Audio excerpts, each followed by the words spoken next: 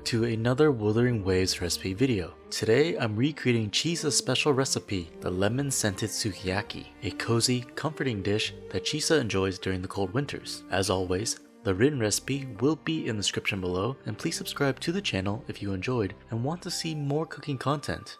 Without further ado, let's begin. Most of this dish is prepping the ingredients before I actually bring it over to the stovetop. There's a wide variety of vegetables. First are the mushrooms. For the king oyster mushrooms, I'll slice them into planks.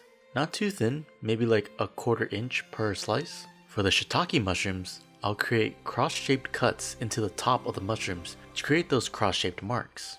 For the enoki mushrooms, I'll cut off small bundles of the enoki mushroom and then wrap them up within some thinly sliced beef. These slices of beef are just the ones you can buy at most Asian markets in their hot pot sections. For the cucumber, the ones in Chisa's dish look to be star-shaped, but like it grew into the shape of a star, not cut into a star. I can't do that, so I tried cutting my cucumbers into star shapes and failed quite miserably, but you know, it's the thought that counts. And the other vegetables will be some lotus root, daikon can also work here too, and then a leafy green of choice.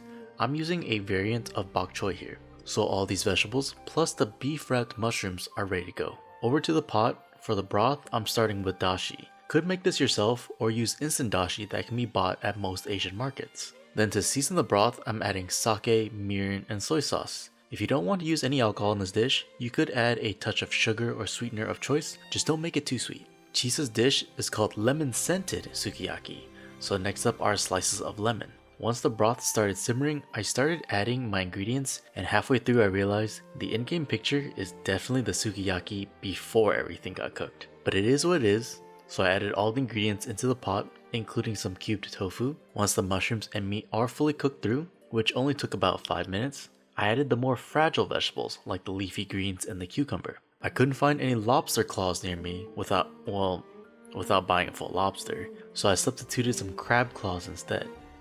These claws were already cooked upon purchase, but I did heat them up in some boiling water prior to adding it to the sukiyaki.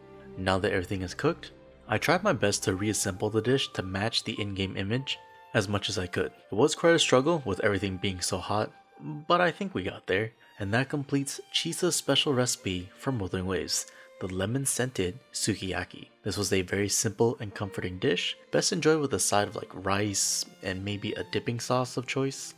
Let me know your thoughts, and if you enjoyed, please like the video and subscribe to the channel. Thanks for watching, and I'll see you on the next one.